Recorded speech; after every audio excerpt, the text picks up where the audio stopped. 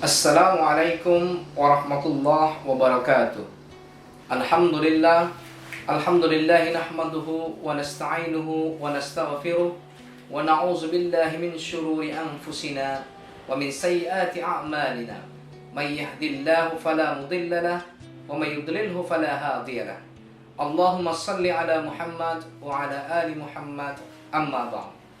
Muslimin, muslimat, warga Sleman yang kami muliakan. Kembali lagi dalam program Kultum Demokrasi bersama saya Arjuna Al-Iksan Siregar, anggota Bawaslu Kabupaten Sleman. Kali ini kita akan berbincang soal meluruskan niat menyambut pemilihan Bupati Sleman 2020, agar pilihan kita nanti dalam pemilihan itu bisa mendatangkan kebaikan dan kemanfaatan untuk sesama warga Sleman, dan bukan sebaliknya mendatangkan kemudaratan. Dalam Kamus Umum Bahasa Indonesia, niat diartikan sebagai maksud atau tujuan dari suatu perbuatan. Juga diartikan sebagai kehendak atau keinginan dalam hati akan melakukan sesuatu. Jadi, niat merupakan titik awal sebelum terjadinya sebuah tindakan atau perbuatan. Karena merupakan awalan, tentu posisi niat sangatlah menentukan, sangat strategis untuk menentukan kualitas dari suatu tindakan atau perbuatan. Salah seorang ulama salaf, Mutarrif bin Abdullah rahimahullah berkata, baiknya hati adalah dengan baiknya amalan, dan baiknya amalan adalah.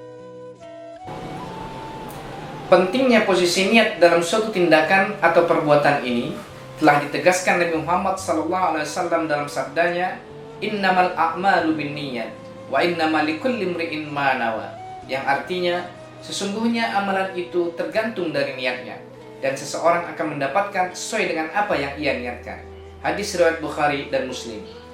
Bila kita kaitkan dengan pemilihan Bupati dan Wakil Bupati Sleman yang sebentar lagi insya Allah akan digelar di Kabupaten Sleman pada tahun ini, maka kualitas dari pesta demokrasi di Sleman itu juga akan sangat ditentukan dengan niat kita semuanya.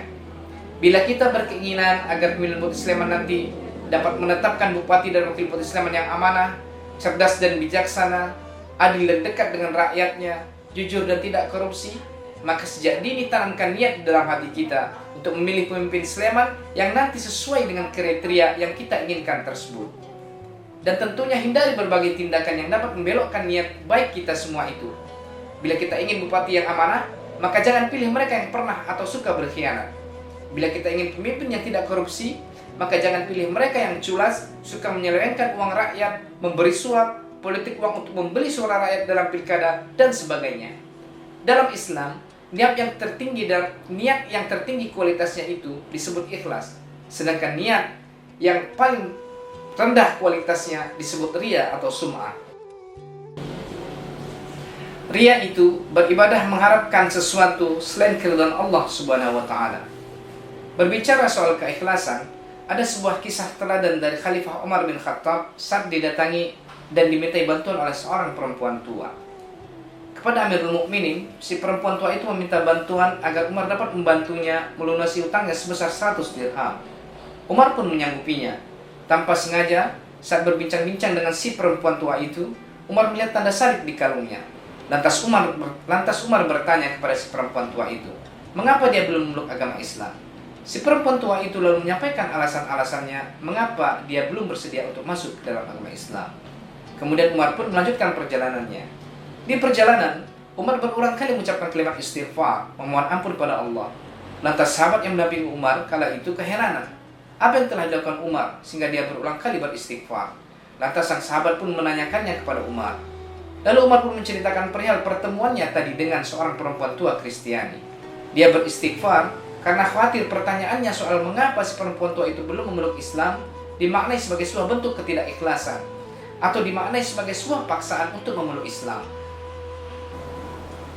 atau dipandang sebagai imbalan atas bantuan yang telah diberikan kepada si perempuan tua. Padahal sama sekali Umar mengaku tidak bermaksud demikian. Lantas sang sahabat pun mencoba menenangkan Umar dan mengucapkan sabda Muhammad SAW, "Innamal a'malu binniyat." Sesungguhnya amalan itu tergantung niatnya. Umar pun mulai tampak tenang setelah itu. Kisah teladan dari Umar bin Khattab ini dalam menjaga niat dan keikhlasannya itu sangat patut untuk kita contoh dan praktikkan dalam kehidupan sehari-hari.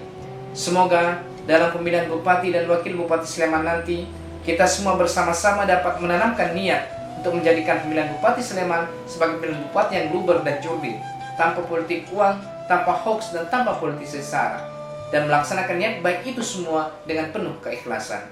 Akhirnya, wabillahi taufiq wal hidayah, wassalamualaikum warahmatullahi wabarakatuh.